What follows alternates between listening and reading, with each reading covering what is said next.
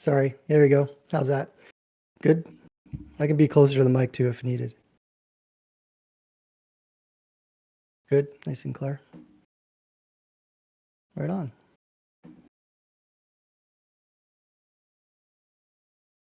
Hmm.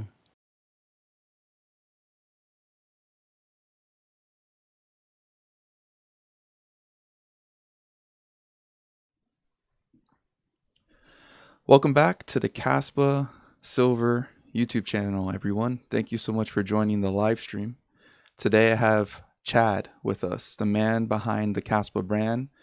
Thank you so much for joining us. It's a pleasure to have you on here. I'm surprised I haven't had you on here way sooner. Like this is well overdue. I should have had you on here Totally.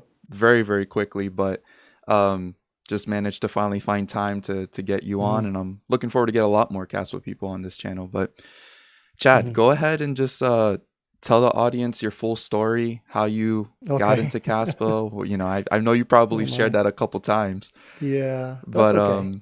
yeah, go ahead, just tell us the Yeah, full thanks. story. Thanks for the invite as well. Obviously, we've both been following each other since we both joined Caspa to some degree. So my background, I have a company called Rhubarb Media. We've been in business for 20 years.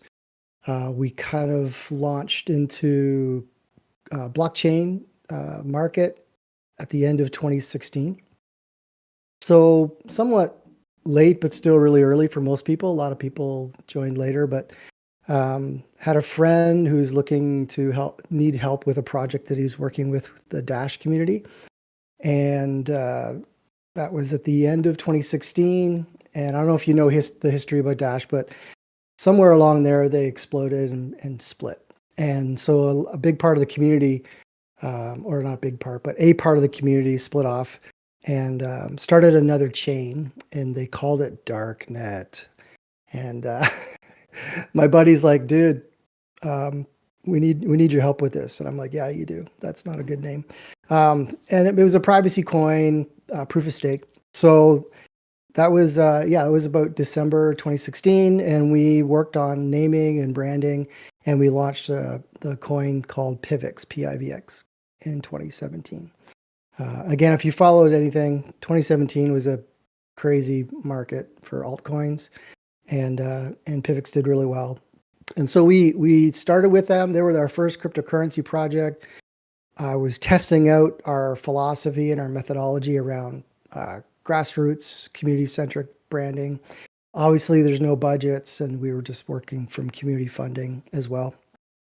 So that's where we started testing it. And after that coin went from, I don't know, I think 3 cents in January to $14 in December. Obviously, we got a lot of attention. So since then, other projects started to approach us, and some have stayed, some have gone. But we had a really good time working with them. We were very choosy with the projects we worked with. And all along the way, we were working with Pivx for, I don't know, a couple of years, and then moved over to another project we renamed to Alias, SpectraCoin to Alias. And it was in the Alias community, a guy named Tittarelli. I don't know if you run into him in Discord or Telegram. He's part of the Caspa community, early OG. And he's like, dude, you got to come over and check out this project. And I'm like, okay, whatever, another project. It's proof of work, which I had not entered into yet. So obviously, being indoctrinated by the proof of stake church, it was it was, oh, what is this wasteful proof of work? So around December, January, 2022, I think. Yeah. So jumped into Discord. There's a handful of people in there, and started to poke around, get introduced to the community. Pseudo met, some of the developers. Jonathan and Michael were fairly active, and well, Michael was active in Discord a lot. So we're talking with those guys, and it was pretty early on that I got a sense that this was a special project. I had an affinity for for these types of fair launch projects, and quickly realized through their talking and the technical fundamentals that, and listening to Jonathan's speeches, that proof of work was the way to go.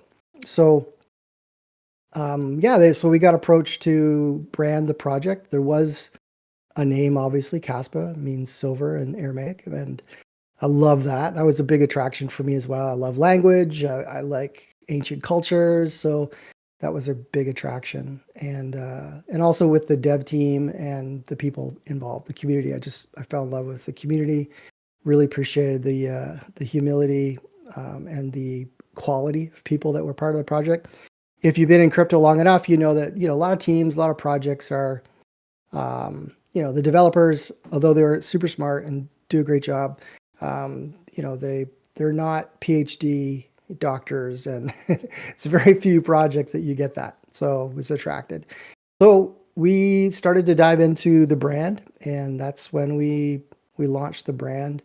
I believe May or June of that year.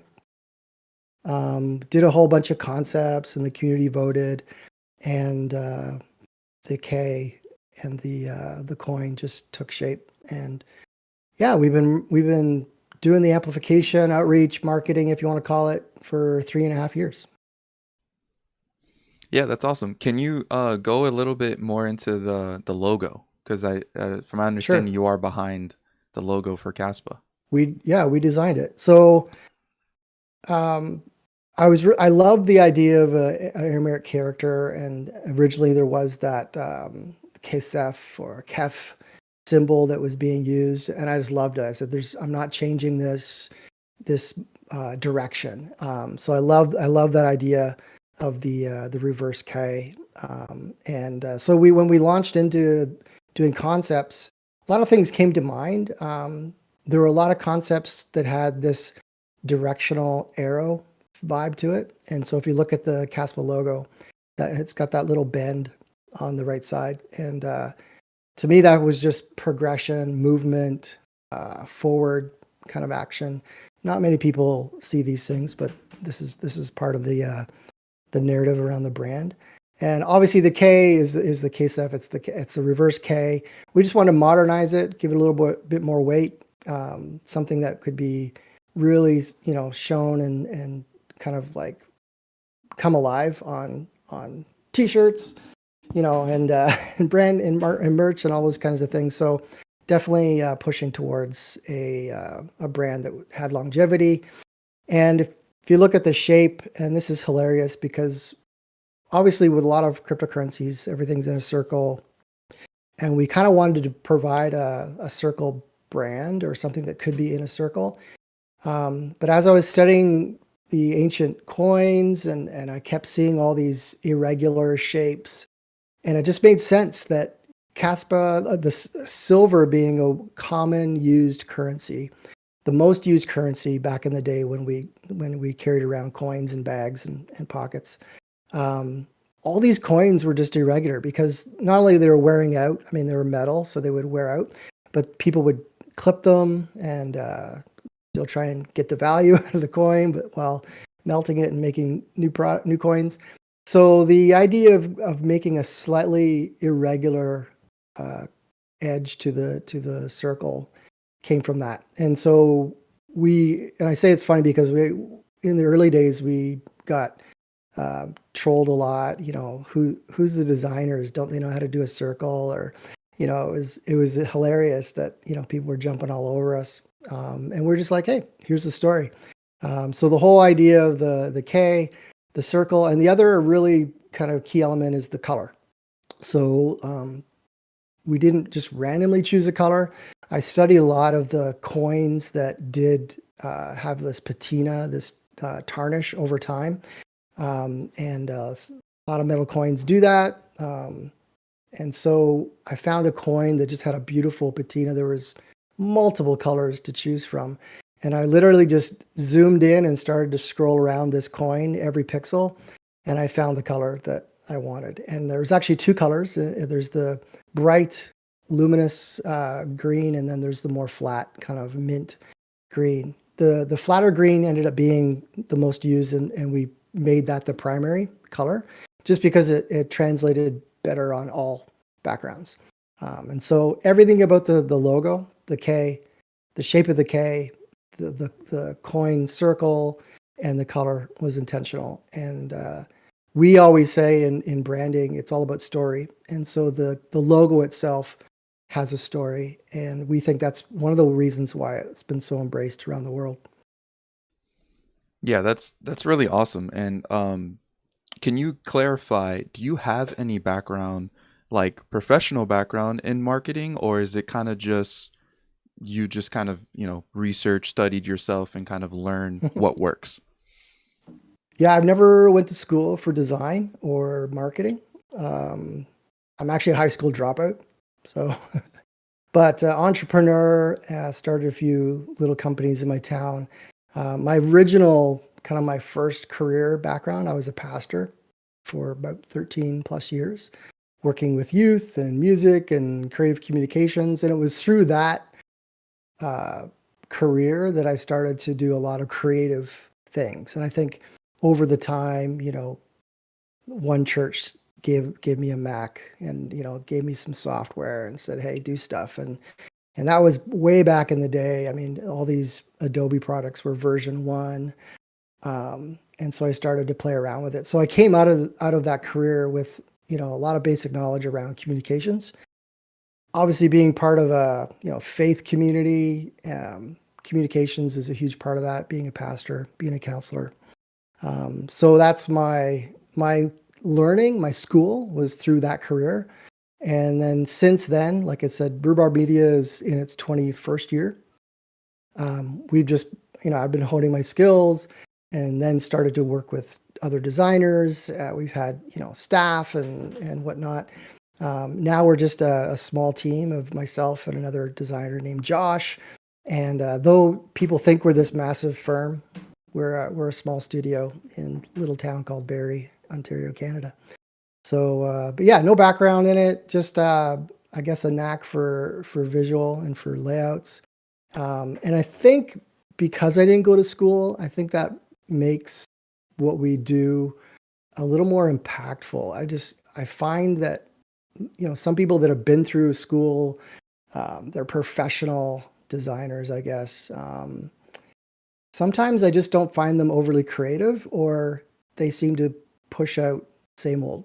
And it's kind of like, this is what I learned in school, so this is what I'm going to do. So I didn't learn anything in school. I learned it, hard knocks, and so everything we do is kind of like a fresh blank page, and we start from there. So yeah, no schooling, high school dropout, uh, life learner.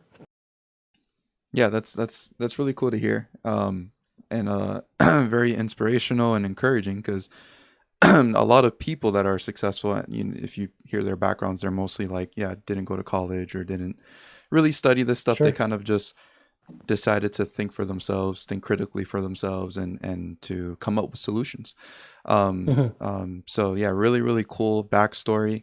Can you get into the Caspa ambassador program? Because I know Mhm. this gets us a lot of flack from the Bitcoin community to try and Mhm. kind of knock us and kind of say that we're like some organized, centralized company. But Mhm. in reality, can you kind of bring us Yeah. to speed of how did that start? What does it do today, and how is that really Yep. structured? So it's a early on, and this is part of the kind of the rhubarb way. Everything we do is kind of filtered through community.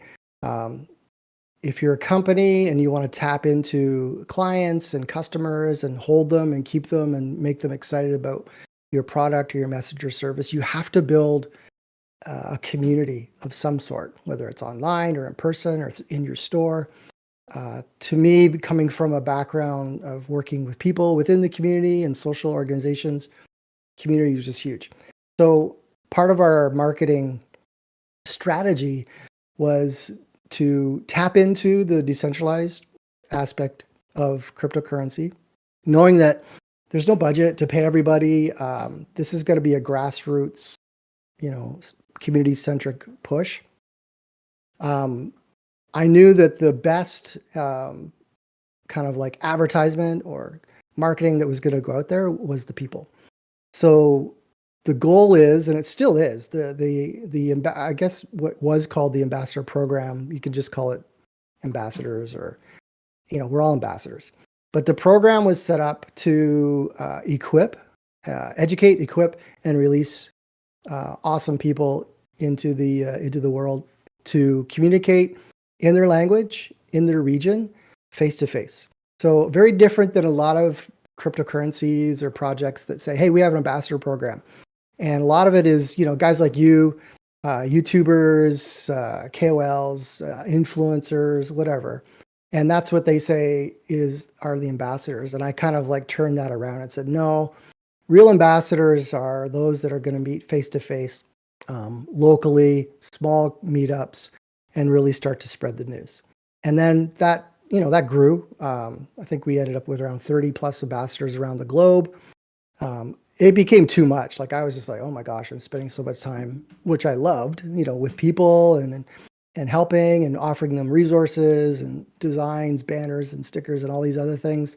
So I started to reach out to a few of the ambassadors that were doing a lot within their communities, and asked if we could form a little crew and start to kind of organize it.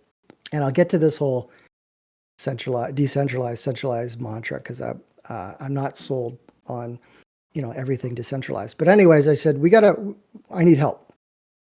And so a few of the great ambassadors from the UK and France and Australia and around the globe, we got together in a little room. And eventually there was a discussion around, hey, why don't I step back from like the whatever role, and somebody can take this on and really run with it and like focus on the ambassadors, where I was doing like designs and marketing and branding and event promotion. I needed to like diversify what I was doing and get some collaboration. So Luke from Australia stepped in, and basically we doubled the amount of ambassadors around the globe. So it was like went from 30 to 50 to 60. And these were people that were doing meetups, running events, doing videos and those kind of things.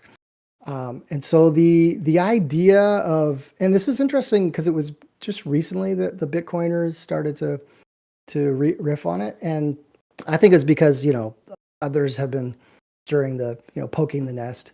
So they were looking for something. But the idea of a centralized group of somebody organized, putting together semi-professional approach to marketing. That's just how you do marketing in the real world. And Caspa, to me, was to be a real world push. And if we're going to be in the real world and we're going to, get attraction from, others in the space, enterprise markets, on and on, we have to have the perception, if you want to call it perception, of some sort of organization. So what I call it, managed. It's just a managed way of doing it. The dev team for Kaspa, managed, right? They have a. It's not like a hierarchy, but there's dedicated professionals that do professional work in a way that is managed and it works. The same way with marketing. That's where we approached it. So even the Kaspa X account originally, I think we entered in when it was like 4K. In May 5th of this year, it was pushing 250,000 followers. That whole system, including everything that we've done, has just been coordinated management. It's not, you can call it centralized, but we just say, no, it was just managed by a few and then distributed by thousands. And to me, that's smart. And that's where the ambassador program, I think, still works. I think we need people, boots on the ground, working face to face, doing meetups. And I hope that it continues. And we've not stopped supporting them. Like, even though we've taken away the word program, there's no officialness, nobody's leading it. There's still a page on Caspa.org, and I get DMs every other day of somebody wanting to be an ambassador or get resources or so I send them pitch decks and stickers and samples of things that other people have done. So it's I think if we're going to keep marketing, if you want to use that word, amplifying a decentralized project like Caspa, I think we still got to do it through people, and those people we just happen to call ambassadors. You can call them whatever you want, but that's the story behind it, and it keeps growing. Like you see it happening, and sometimes I catch it on socials, and I'm not even aware of it. This event pops up, and there's 30 people at it, and I'm like, who is this ambassador? And I reach out. They're like, oh yeah, I just did this event, and by the way, can I get a bunch of stuff? I'm like, yeah, here. But yeah, it's happening. So there's that blend, that balance of organic growth, a pseudo decentralized vibe about it, but there's a coordinated management that is still happening. There's people in what you would call a leadership position or leadership, place that are helping and serving. And I always say I'm a servant leader. I'm okay with being called a leader, and I'm okay with being part of a team in Caspa. But it's really it's serving, and so that's what we're doing, and that's the ambassadors are, community servers, spreading the good word of Caspa. Yeah. I don't see the point of view of getting upset with like just organized market building and solutions. Yeah. I mean, it's actively happening in the Bitcoin world today. Like there's Yeah. loads of foundations, Bitcoin foundations. Now there's Bitcoin treasury companies. Those are all centralized companies, and it's in their best interest to market Bitcoin a certain way, and it's organized. But really, what it is it's just people coming together that have common ideas and wanting to join in and pursue a goal, which is Caspa reaching mass adoption. And I agree that I've been fighting it for years. People saying that Caspa doesn't have a marketing team, which is funny because now today we're being told that we're centralized because we have a marketing team. So I'm like, which one is it? But the people who are arguing about not having a marketing team, to them, it's more like, well, there's not a bunch of YouTubers or social media influencers who are just simply spewing buy this coin because it's gonna moon. And honestly, I think that just does a disservice for the project, because Agreed. it attracts the wrong type of people that we 100%. need for the project to actually be a success. We need believers, not just fans. Like fans are just people, who will sit in, they'll watch a game, their favorite team, and they kind of just, that's really what they do. If they win, they lose, they don't really care.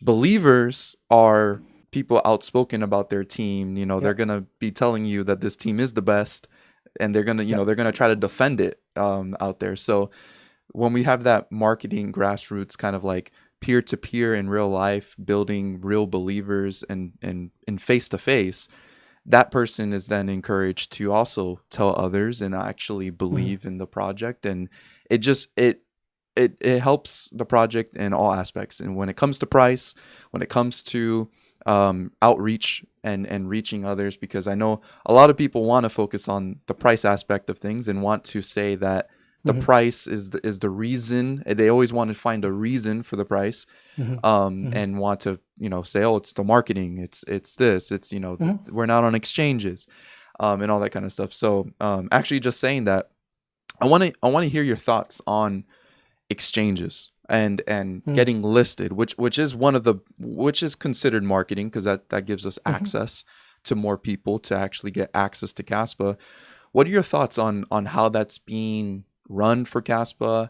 Were you actually ever involved in speaking with exchanges and trying to get Caspa listed? Can you kind of give us a background on that? Yeah, early on when we started to kind of be part of that ecosystem, team, small t, whatever you want to call it, started working with what is guys like Wolfie, who we all kind of grab these titles because we got to work within the real world, and the real world wants to know who's your business developer, who's your whatever, and they're looking for the the leaders of the group. So we gave ourselves these names: marketing director, business director, and we jumped into these chats with these exchanges. And I mean, I'm not a technical guy, so I couldn't help with that, but that's where guys like Rob and Coder Stuff and others were brought in. But I probably had like 50 plus exchange chats going and back and forth. And, one by one, they would list and, we would promote and all that. So early on, yeah, we were part of that. Now, not so much, mostly because exchanges have just come to us and they reach out. And so it's not really a thing anymore to be like actively looking. And to be honest, if anyone's wondering, yes, every exchange has been approached. There's no, well, haven't you guys talked to Coinbase? Or, I mean, yes, we've reached out. We're actively in discussions with Binance, and so it's one of those things where people just need to know, yes, it's actively being pursued. There's people working on it, managed coordinators working on it, getting stuff done, but exchanges do what exchanges do. I mean, they're in it for the money. And to me, I'm like, yeah, I think exchanges are needed. I don't think in the future there'll be a necessity. And I kind of hope that we get to a point where they're not required, that we have our own, whether there's some decentralized exchanges or we have the ability to transfer between peer-to-peer and all these things already, and to access, new coins and all these things if we want to buy. I feel like down the road, the exchanges will not be necessary. I think they'll always be there, but I hope for Kaspa, it just becomes, it's a bonus. It's great. It's effective, but we're not going to rely on it. And at the time you get listed, there is a excitement, and I think that does help with promotion, especially in the regions. Like where an exchange is listed, it's a exchange that's part of Taiwan or Europe or something, and that just opens up. Eyeballs start to see Caspa because of the exchange listing. But the actual effectiveness of the exchange and the necessity of the exchange, I don't think it's going to be something that we'll have to rely on. But that said, just know we're either in talks with them or we've asked, and so you don't need to keep asking. It's happening, and the teams that are doing it, like there's a lot of technical aspects to Caspa, and this is part of the reasons why some of the exchanges take their time or don't list. They're used to just grabbing any old meme coin. It's a copy paste and they list. Caspa's different, and their devs have to have some sort of smarts and they have to set it up properly. So awesome development support team that goes into these chats. And I kind of have to like step away from them sometimes because it just becomes a wall of code. And they're going back and forth, this isn't working for us, and Rob or others are like, yeah, well, you need to do this. And they're like, oh, thanks. And then all of a sudden they come back with like, well, what about this? And so anyways, I had to step out a little bit. And for me, I'm just in there for the marketing side. Like, hey, give me your logos. Here's ours.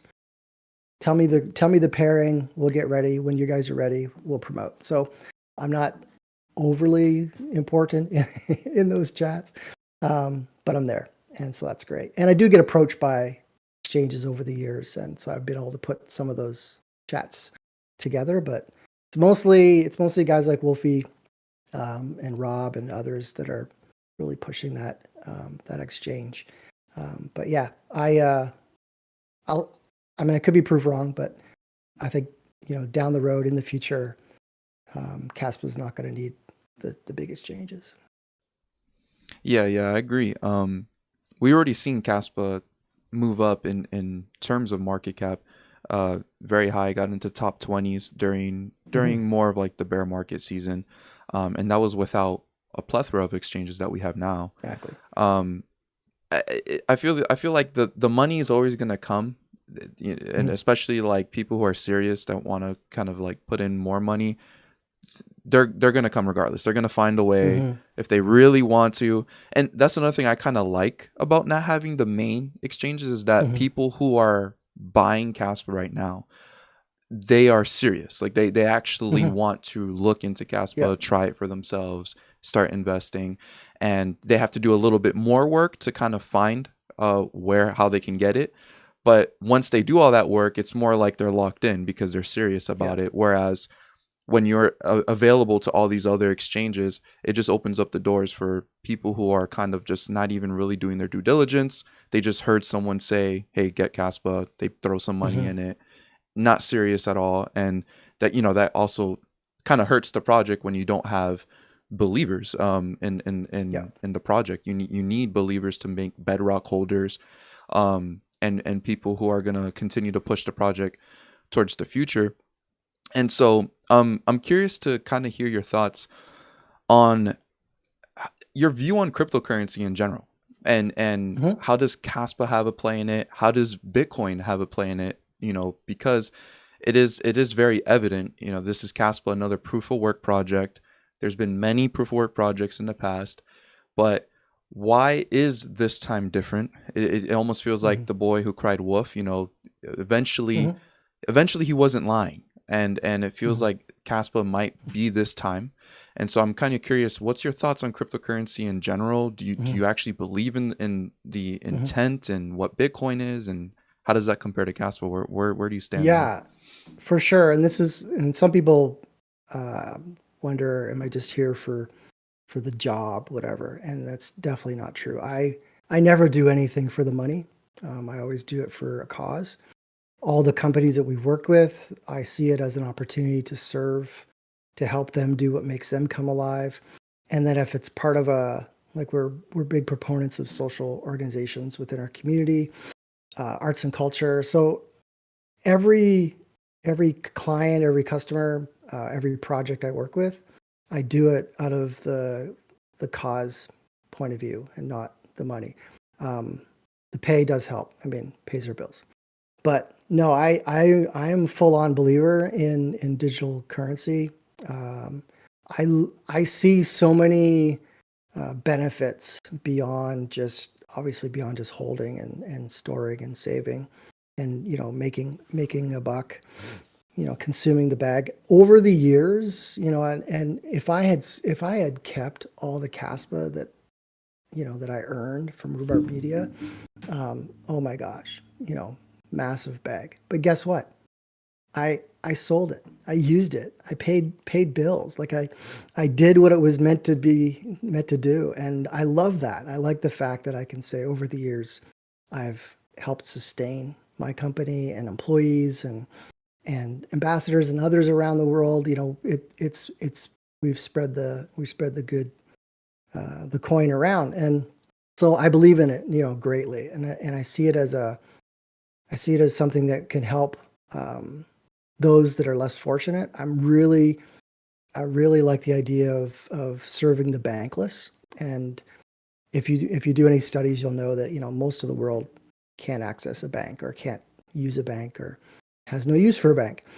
So the beauty of Caspa is that it's you can be your own bank. And when you think about that, it not only helps the billionaires, but it also helps those that are scraping by.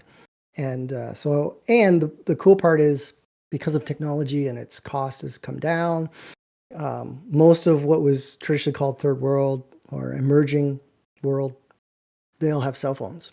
So we have an opportunity to serve the bankless in a way that goes beyond uh, currency or building massive amounts of wealth. We're talking about daily activities that help people transact, buy and sell goods, and make a living. And so that's where I think cryptocurrency it can do that and is doing that in some ways. But I think we have a ways to go. And part of it, the way I see crypto, specifically Caspa, is, and I have an article coming out soon. I've been laboring over it for probably 2 months. Um, the fact that Caspa is and can be a store of value. I think Bitcoin probably is and will always be that, but I mean, probably shouldn't say always, but it's a great store of value at the time. But I think Kaspa has that because of it's built on Bitcoin tech and consensus and security. Kaspa is a store of value.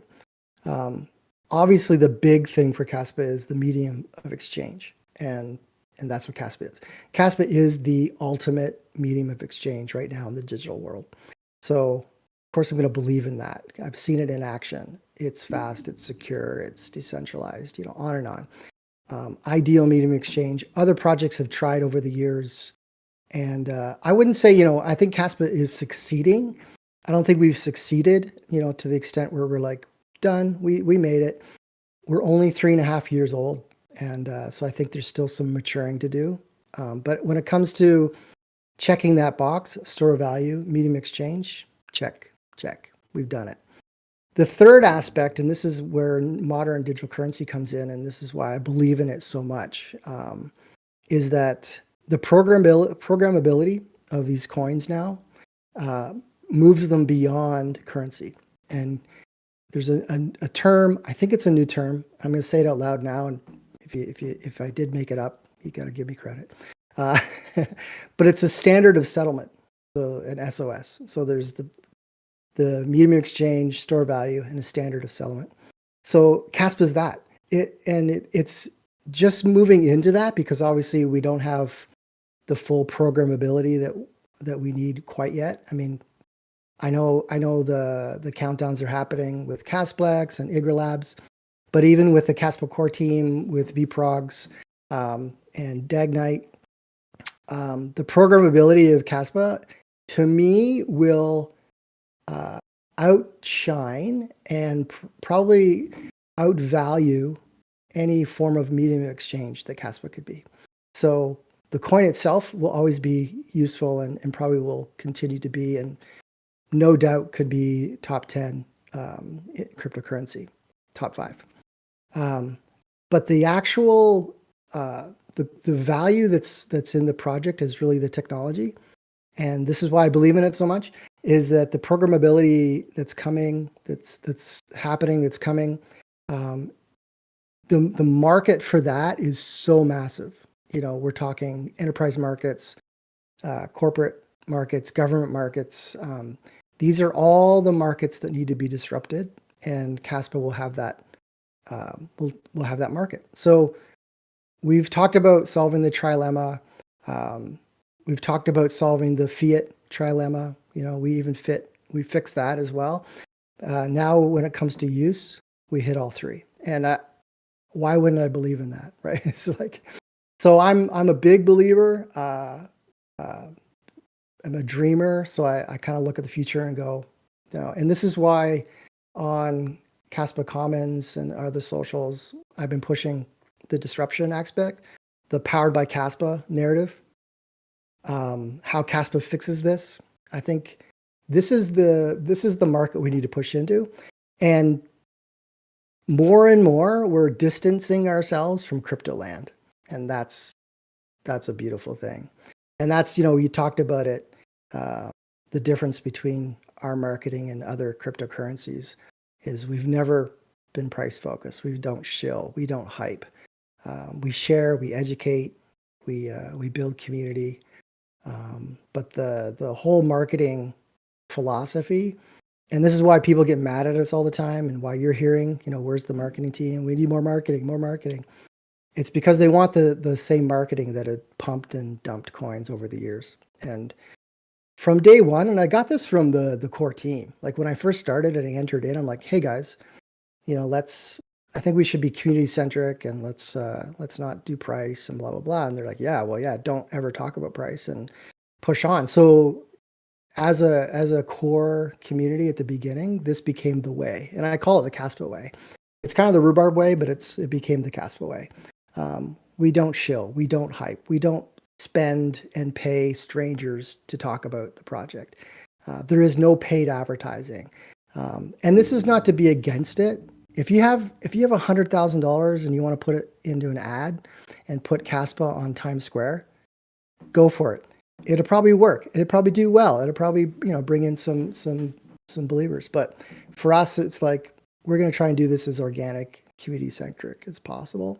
So I just wanted to reiterate what you said, the difference in marketing. And this will continue on with our efforts with Kaspa Commons, and the idea of real world application is the mantra. Like we're talking about users and enterprise markets and entrepreneurs and academics, developers, you name it. That's the market, and crypto land will fade. At least in my mind, will fade. I think we'll always have, meme coins and these crazy NFTs. But I think there's a movement happening, and I think Caspa's kind of doing it. Is even on the meme coin side, there's this utility that's being pressed into. So it's almost like a hybrid of like crypto land and real world, and I like that. But my belief is that we need to step right out of crypto land if we're going to be taken serious. The world has looked at cryptocurrency for the last 15 plus years, right? And they've seen Bitcoin mostly. And from a common, man on the street, woman on the street, they look at these things and they go, oh, scam or ransom. Anyone who wants to do a ransom, they're using Bitcoin. It's for criminals, the Silk Road, on and on. So the mindset of even corporate world for years was Bitcoin's dangerous, it's risky. And then you got, projects like Ethereum that came in, and then later Solana. That's, meme coins popped up. And so then there's this silliness that was part of the narrative, right? So every chance to innovate within the crypto space, I just felt like, oh, you guys blew it. Like you had an opportunity with Ethereum and even with Solana and others, these RC tokens, right? These coins and these projects and these opportunities through programmability and blah, blah, blah. But we went from being, criminals to being silly clowns.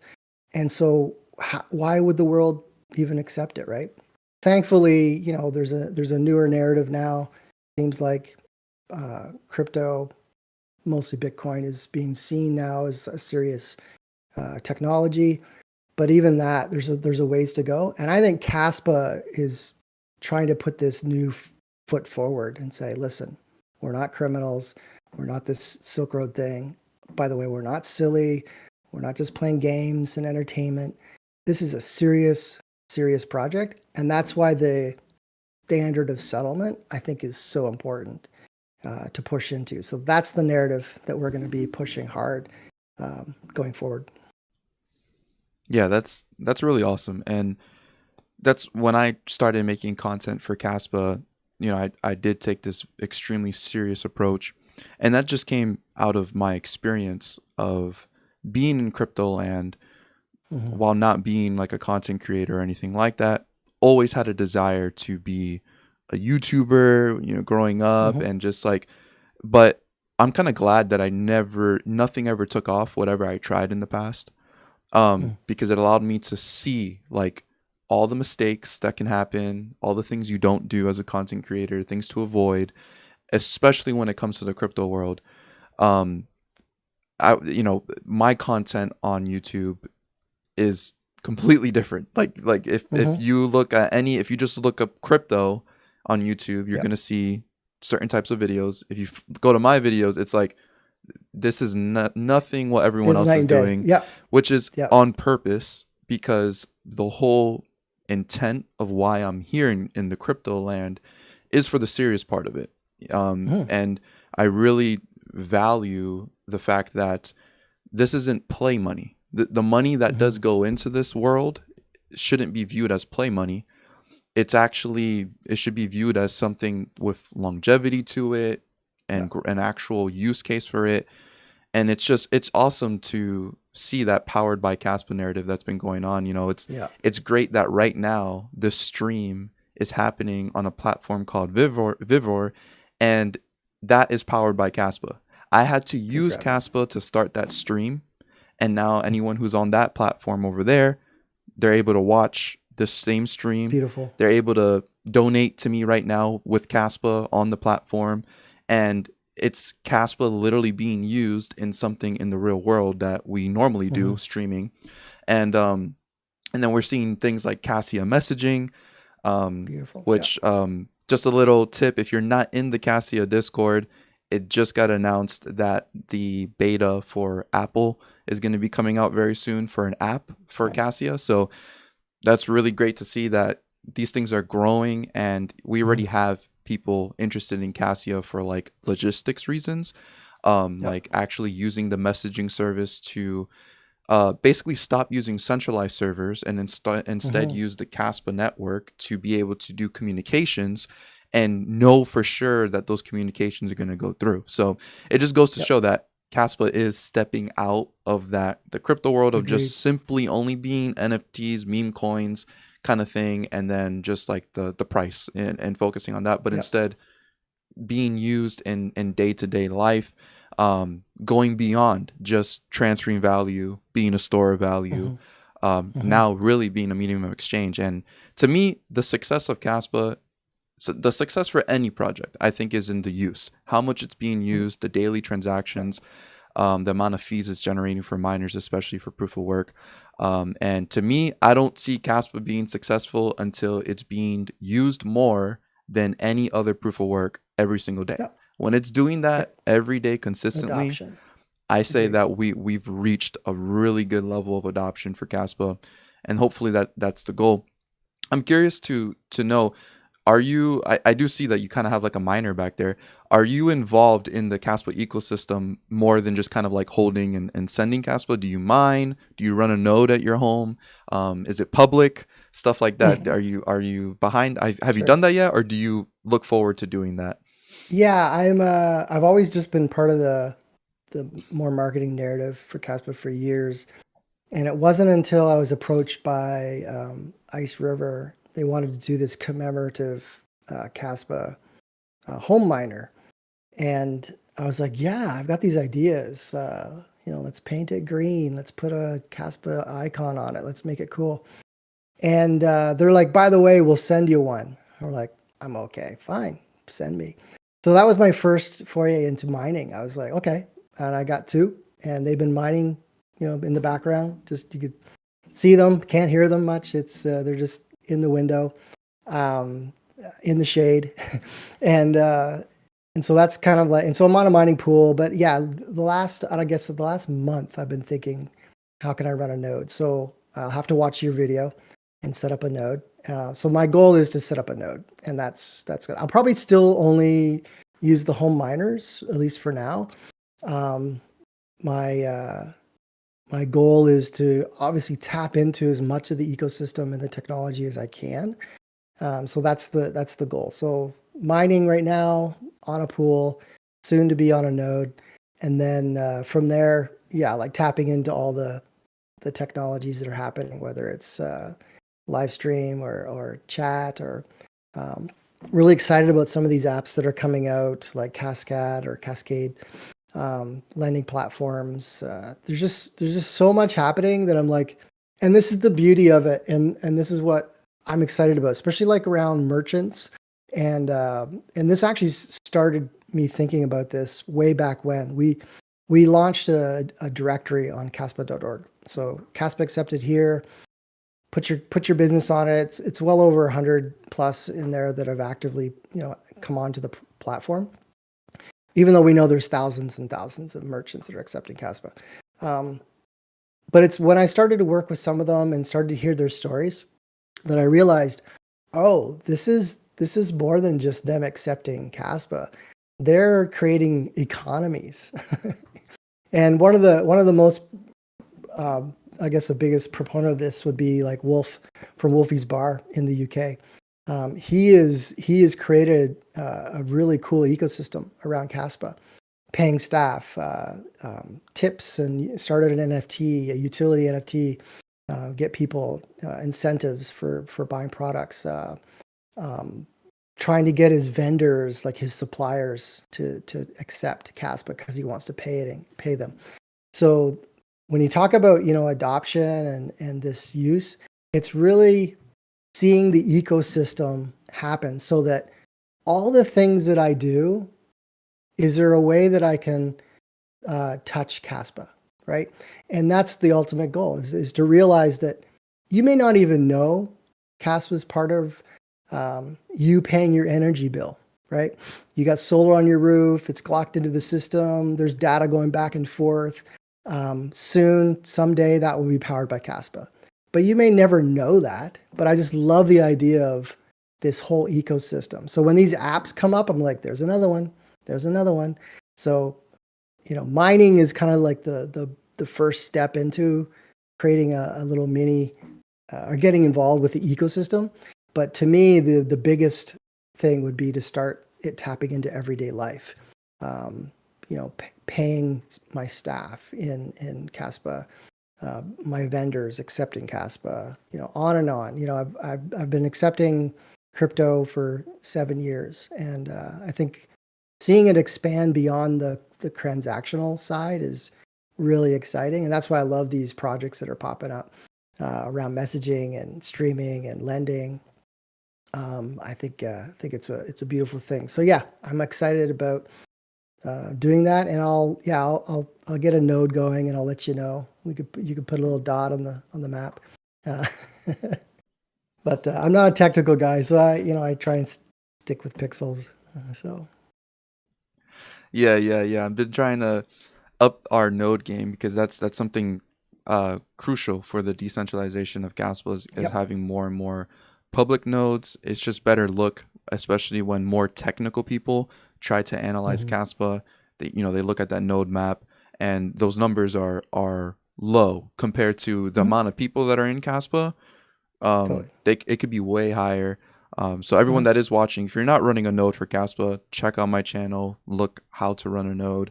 Very, very important. Look how to go public. Just helps with the decentralized effort of Caspa, and just make it look more solidified in the space, and more serious for the believers of Caspa to keep it going.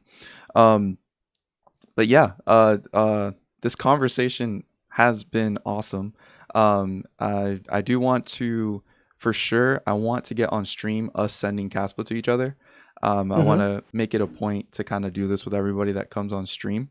And then I'll probably, after we do that, I'm curious to see if there's any questions in the live stream, so that then maybe we can see so many questions asked. I'll look and then kind of ask you to answer them. But I'm gonna go ahead. I'm gonna get my phone real quick. I'll be right back. And then get ready so we can kind of send Caspa on stream, and then that clip kind of goes around. People share it. The speed of Caspa. So I'll be right back. Sure. Yep.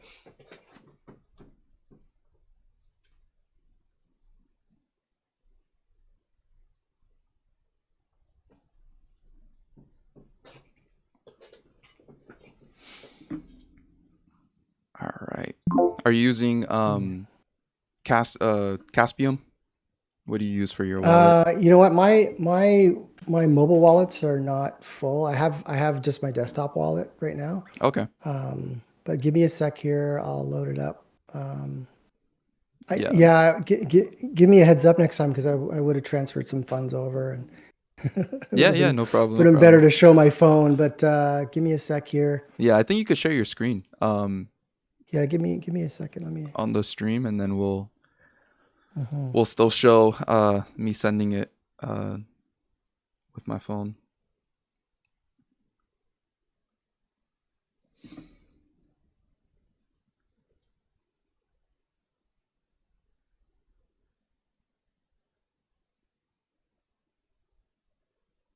Yeah, that's great. We got about 70 people on YouTube watching, nice. and we have 10 people on Viver. So that's really, really cool to see. That's cool. Yeah, if any of you guys have questions on either Viver or YouTube, for sure. Please put them down in the chat right now, and I'll look at those after we do this. So I can share my. Do you want me to share my screen, or am I sending to you? I'll send it to you. So just kind of share your screen, and just sending my address through Discord. Yeah. There you go. And then how do I share my screen here? Share your screen.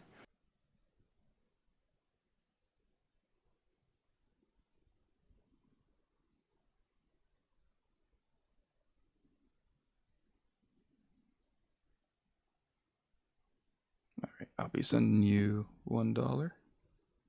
Hang on a sec. Don't do it yet.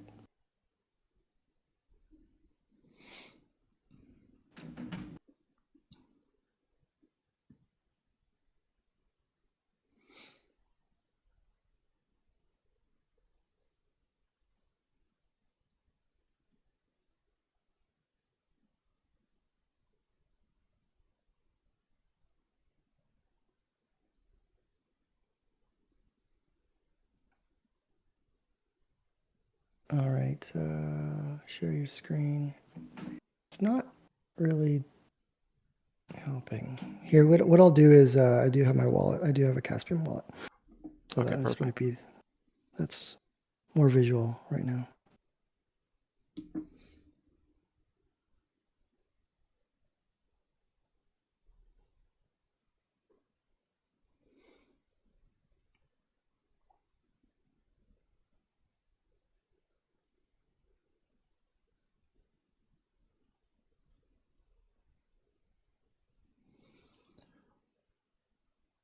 In the meantime, I'll just say some quick ads down below in the description. If you guys head to my link tree, there's a lot of links that you can see on there. One of them is for Tangem Wallet. If you're interested in getting a cold storage device for Caspa, hold your Caspa offline, off exchanges. Tangem is a good way to do that.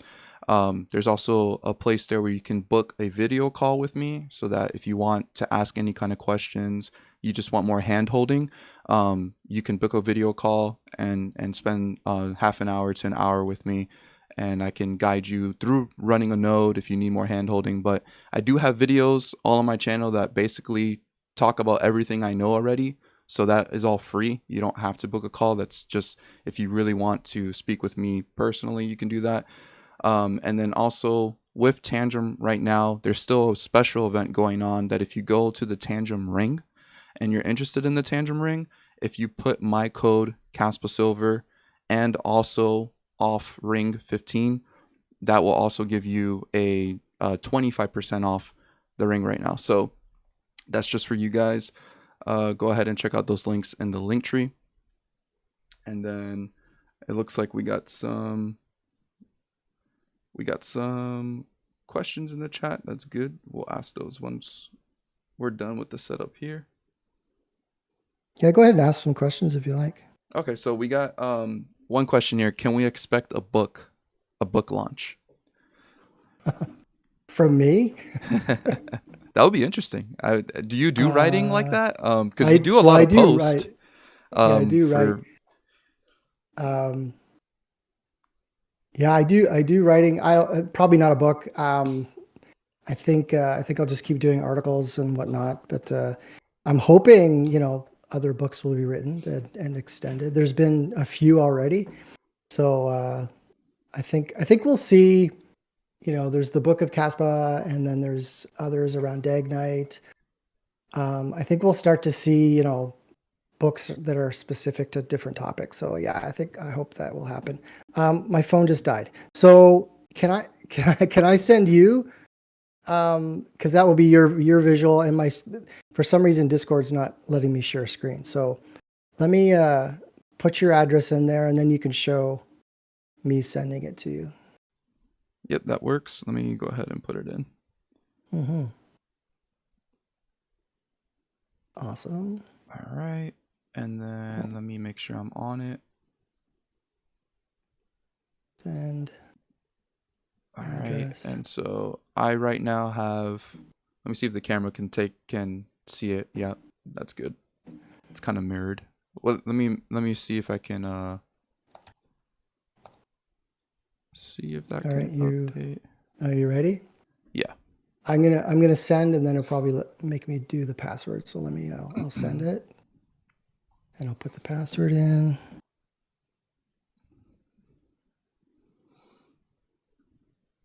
and confirm. Oh, let's spell the password right.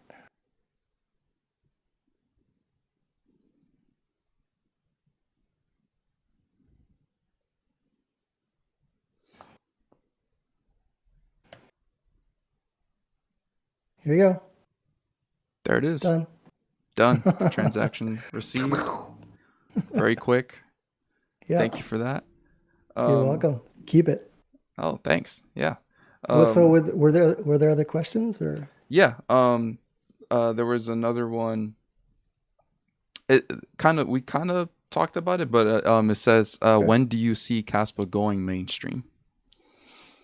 You just blinked and it already is.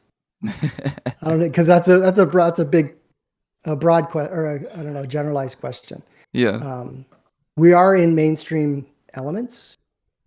Merchants, I would say, are mainstream. People are accepting Caspa, transacting, buying products, goods, services. So mainstream. What else would be considered mainstream? I mean, big corporations looking at obviously Mara, the mining company, mining Caspa. That's pretty mainstream, I guess. But if you're dreaming like I am about the powered by Caspa potential, that's huge. I mean, it's ironic that I put out a post a month or so ago about one of the disruptions is going to be through live streaming. And I put out this big post about all the different things that, Caspa could do and fix. There's lots of gaps in the industry and why the Caspa technology could fix it. And then when Viver came out, I'm like, dude, you guys know that I did this did this post a while back, and I sent it to them. And like, wow, like all these things that you put in there, that's we kind of like created Viver for this. So it was not even known. I didn't know what they were doing. They didn't know what I posted. But I think this is what's going to happen. There's 60 plus enterprise markets that are ready to be disrupted. There's more, but I just chose 60 plus. And as those kind of get utilized and you see Caspa in them, I think it's going to be a cool little checkbox. It's going to be like, done, next, banking, lending, remittances, charities, science, medication, pharmacy, all these things are just going to start to be checked off. Energy, logistics, transportation, all that they're, if you're an entrepreneur and you're a developer, either or, check out the Powered by Caspa series on Caspa Commons.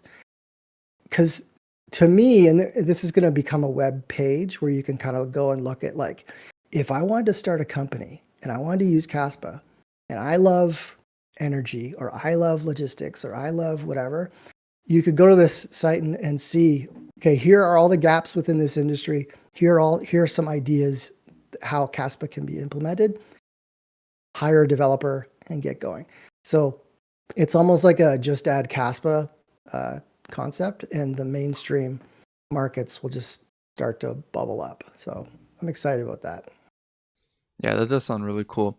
I have a question for you. If you encountered a no coiner, someone who's, have no biases to which coin to pick, they're kind of just, they're interested, how do you market Caspa to them? It's like anything in the world, like you really have to start with pain points.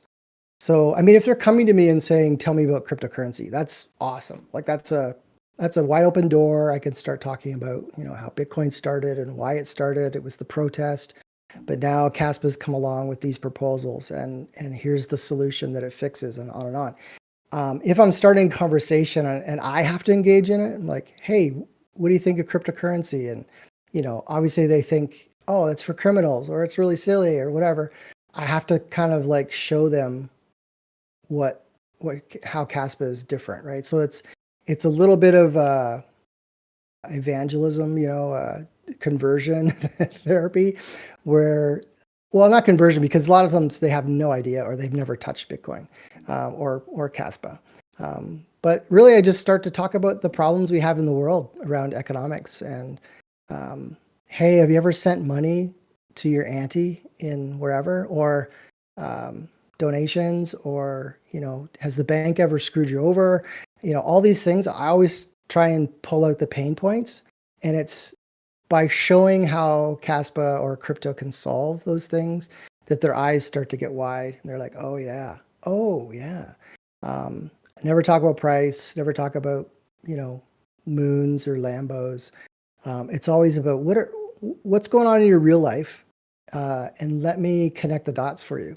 Like, and really doing this Powered by Caspa series has helped me a lot, because I now have a lot of this fodder where anyone that comes to me from any industry, any job, I probably have somewhere to send them. I'm like, oh, you should check out Kaspa. It hasn't solved it yet, but this is the direction that's going.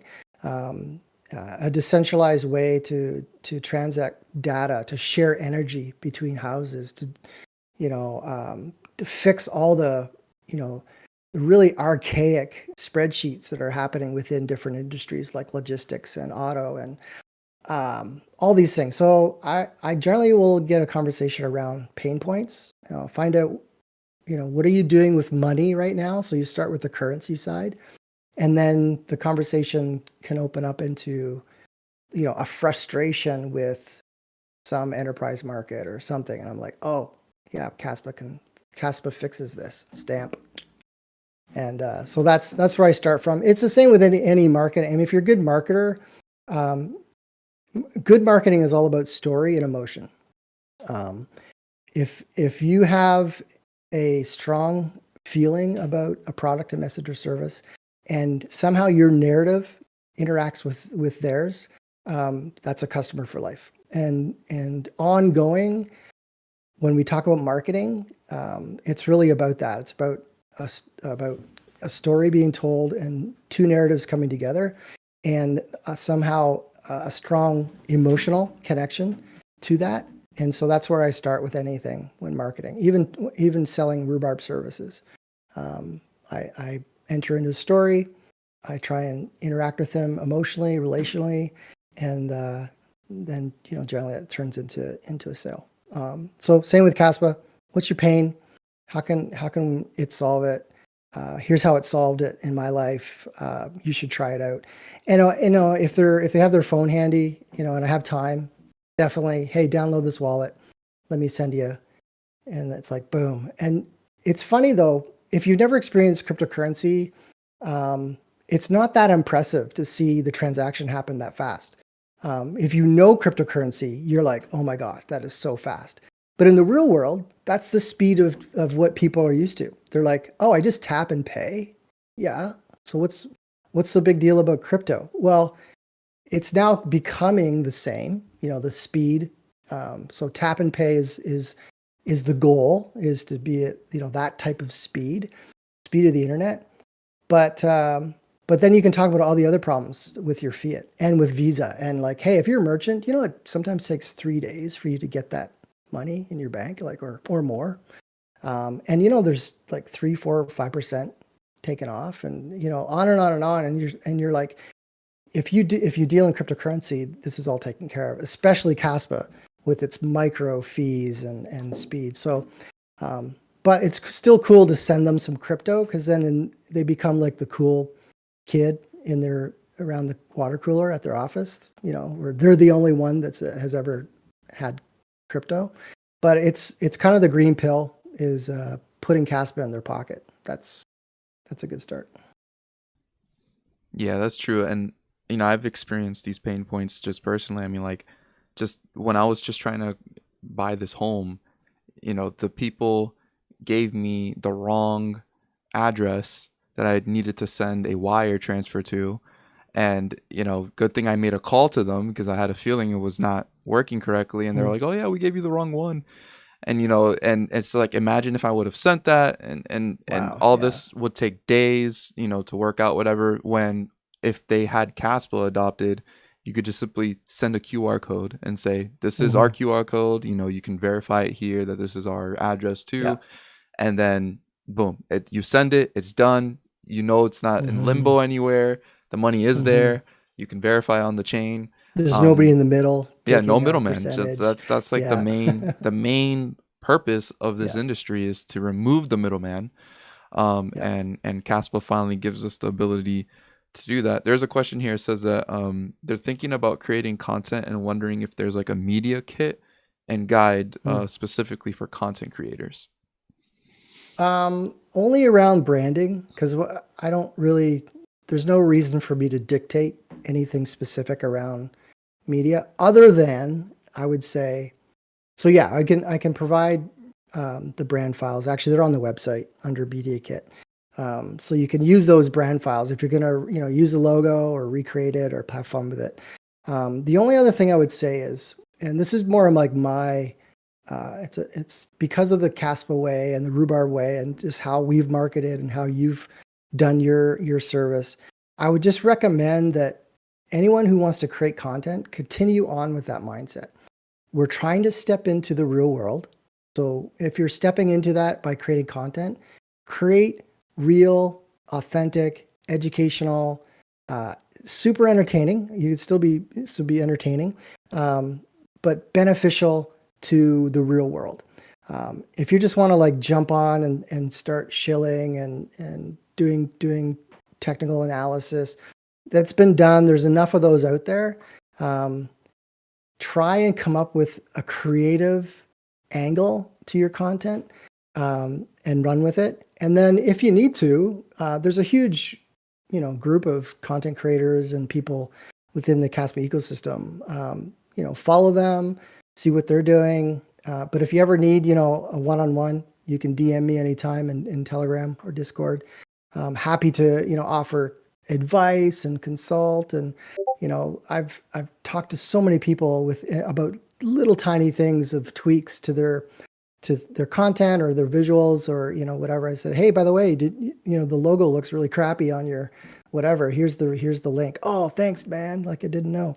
So definitely reach out. This is part of my daily routine is that I get connected and people ask me questions around this, but definitely I'd start with the kit, but the brand, like the visual brand, do that right. And then when it comes to content, try and follow, the way that Caspa Silver and Rhubarbarian and others over the years have the face of Caspa continually needs to be, still very entertaining and approachable and like relational. That's the beauty of, I think, part of why the Caspa community is so amazing. It's not overly serious. If you look back in history when Bitcoin took off, when Bitcoin became the thing, and came into the market, very closed development community, hyper technical, like the cypherpunks, like it was almost, it's not an exclusive club, but there was this vibe and feeling of like, oh, I have to be this super geek to be involved. Whereas with Caspa, right out of the gate, we started to this narrative of like, hey, this is a community project. If there's something you can do, you do it. If you're a developer, dive in. There's the cypherpunks are over there, go for it. But if you got other skills, you can still participate. And I think that's what I'd like to say about, if you're going to create content, be authentic, make sure it's educational, verify your sources. You're putting out true content, and make it yours. Like be unique within the ecosystem. When it comes to marketing, I mean, that's a big part of it. If you want to stand out, have something unique to offer. And usually the best thing you can offer is something that's tied to who you are and what you love. So your passions, your skills, when you put all this together, it creates a great mission. And this is a little tip and something I've taught for years to young entrepreneurs. You start with a burden, something that you hate or love about the world. You mix that with your passion. So you have your burden, the things that you love or hate. You find out what you're good at, the passions that you have. You blend those together, and that becomes the mission. So BPM. So you if you're looking to like create content or be an entrepreneur or do anything, start there. Start with the BPM. Measure the beat of your heart, and realize like, oh, I have this strong burden to help with remittances. I send money around the world to my family, and I'm afraid it's going to get snagged, or I have to pay Western Union 20%, or, you know, so that's a burden that you have. You hate that system. And what are you good at? Well, I'm actually a financial advisor and blah, blah, blah. So you mash that together, and that's the content you create. You start talking to people about, sending Caspa and why it's awesome, right? So, I mean, there are all these things that I'm saying, and you could do what you want with it. But the core is start with, if you're going to create a visual content, make sure you're using the brand properly. Definitely, create unique content. Try and strive for the Caspa way. We have enough shillers and KOLs and all these others that are out there doing technical analysis, which I think there's a huge market for that. But if we want to keep pushing into the real world, we have to keep leaning hard on that, because that glass wall is hard, is thick. And I think we've broken through in a lot of ways, but we need more people doing that. So consider that. Talk to Caspa Silver, talk to myself, other content creators that are out there. And yeah, I'd be happy to support you, to promote you, to amplify what you're doing. You can probably see on Caspa Commons X that a lot more promotion and marketing of other, things that are out there. The core Caspa X was generally very isolated to Caspa-centric type initiatives. But yeah, if you've got a cool app, a cool, initiative, something even you're thinking about, I'd be happy to help. And then once it's out there, to promote it. So hopefully that answers your question. Yeah, that's awesome. We had one more question here. Where's gonna be the next Caspa experience? I did hear that you were kind of behind some of the efforts of setting that up. Yeah, just a little bit of consulting, just because I've been an event planner for years, but helping them out on that side. And then the Rhubarb Media sponsored the design elements, like the physical assets that you saw around the event. So that was us. And while involved in that pre-event process, talking to Ashton and others about how can we package this up, and in ways that goes beyond just like the big events. And Caspa Experience was a great experiment. I think it worked awesome. I like the idea of a 1-day event as opposed to 2 days or 3 days. But when it comes to like destination events, definitely you want to hang out longer. But the cool thing I like about the Caspa Experience is do the day event, come 4 days early, stay 3 days after, and experience the community and the culture and stuff that way. If you've ever been to these long events, 2 days, 3 days, I've been to last year, I think I went to 10 events around the world. I think the Hong Kong event, although it was awesome, I went from my hotel to the convention center back and forth for 3 days. I stepped outside, maybe twice. We had some food. But I think this is the beauty. This is the awesome thing about, hey, let's do a Caspa Way event thing, and let's do these 1-day events. Let's plan these meetups before and some meetups afterwards, and get small groups of people around the world entering. So anyway, I say all that to say that I think there's going to be a packaged up thing that you can look at, you can read, you can see all the checklists and everything that it takes to do a 1-day event.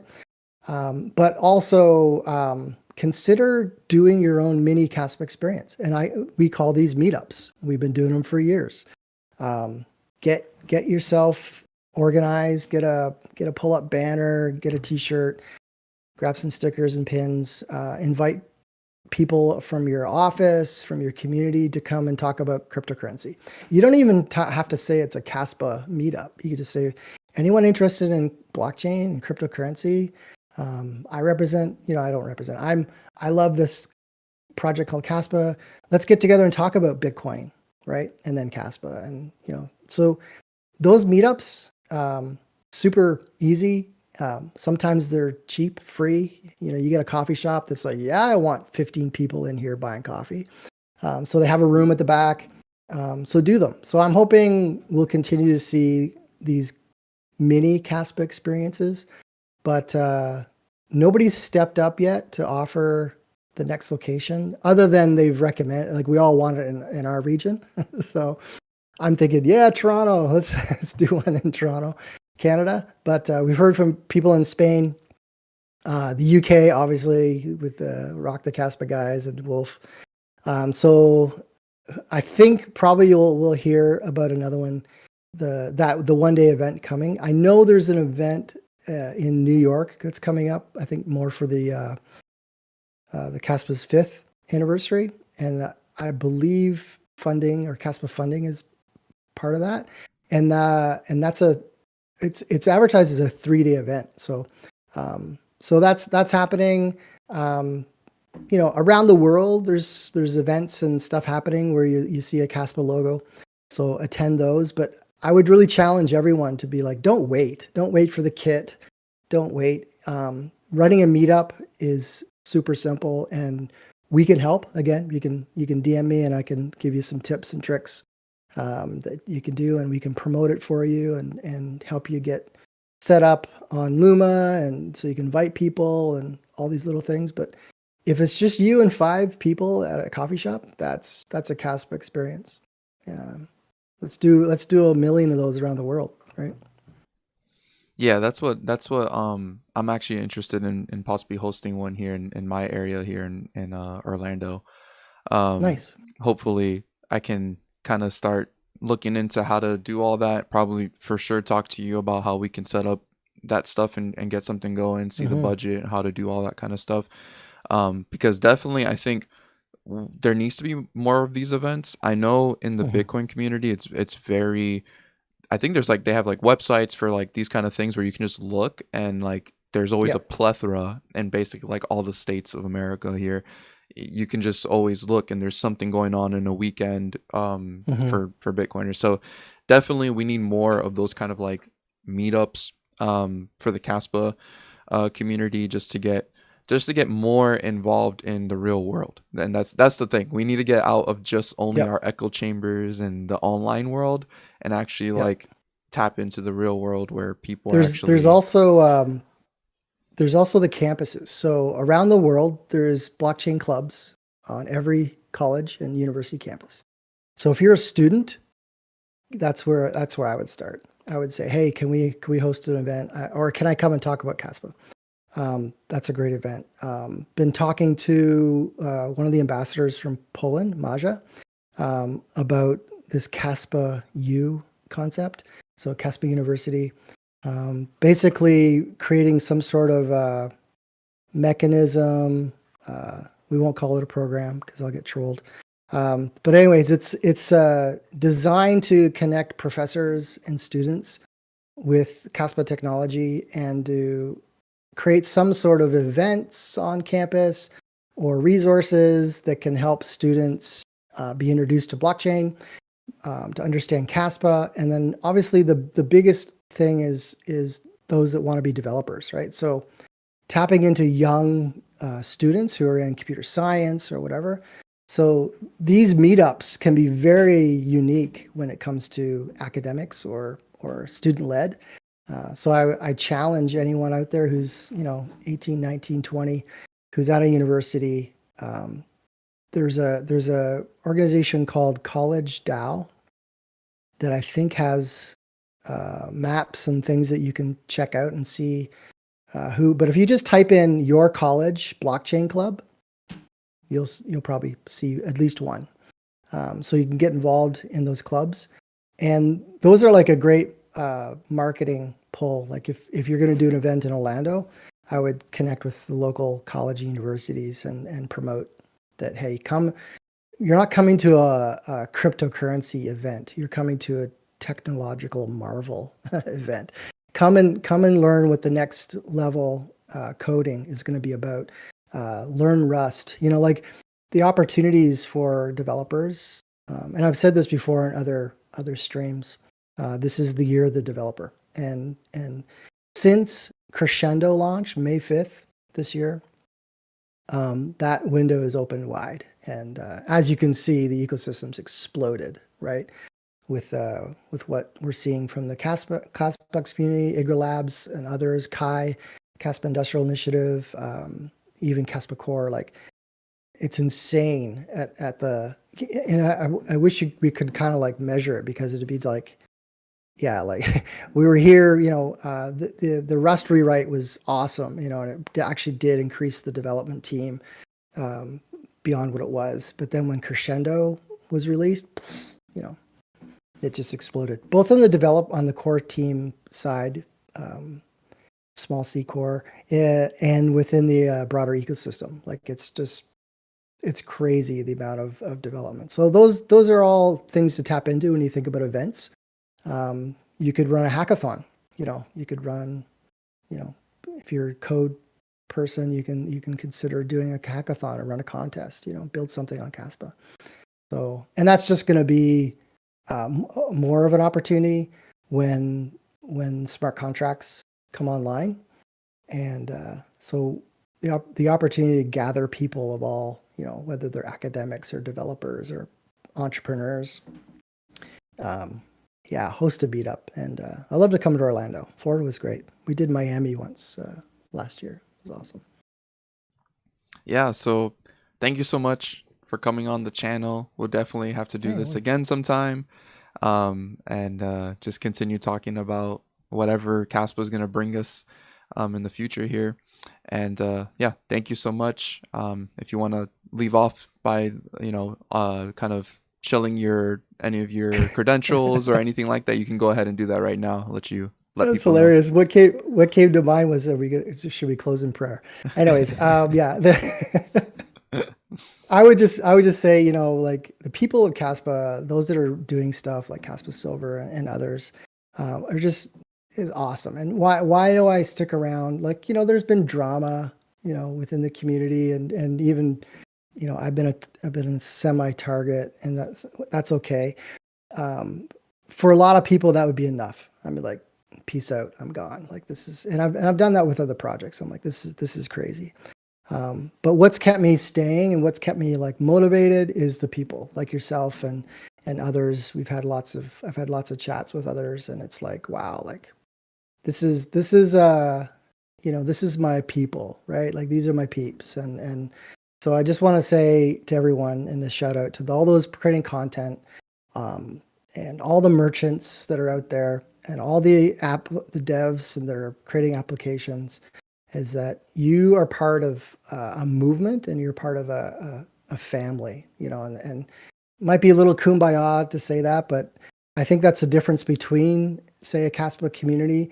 It's obviously hyper passionate online, although we're all bots, but when it comes to like doing things and meeting people and talking, when you listen to these interviews, there's definitely a difference. And I think that's the community. And I'm really happy to be part of it, and hopefully, continue on. If you want to support us in our endeavors, I have a cas.coffee/rubarbarian account. You can support us as well. That's the only mechanism that I have right now to accept contributions to our work. And every CAS that comes in, our Rhubarb wallet is always zero at the end of the month, because I use it, I spend it, I pay my staff, so there's no bags accumulating for Rhubarb Media. I wish there was. It would be a massive bag. But anyways, yeah, like definitely love the support, but just wanted to say thanks to the community, and keep on doing what you're doing. Caspa Silver, I've been a big fan since we started, so just love the vibe, and keep it rocking. Thank you so much. Thank you so much for what you do for the Caspa community. It's great having you on. Looking forward to have you on again in the future. And thank you all for tuning in. Leave a like on the stream. Subscribe to the channel if you guys are new around here. And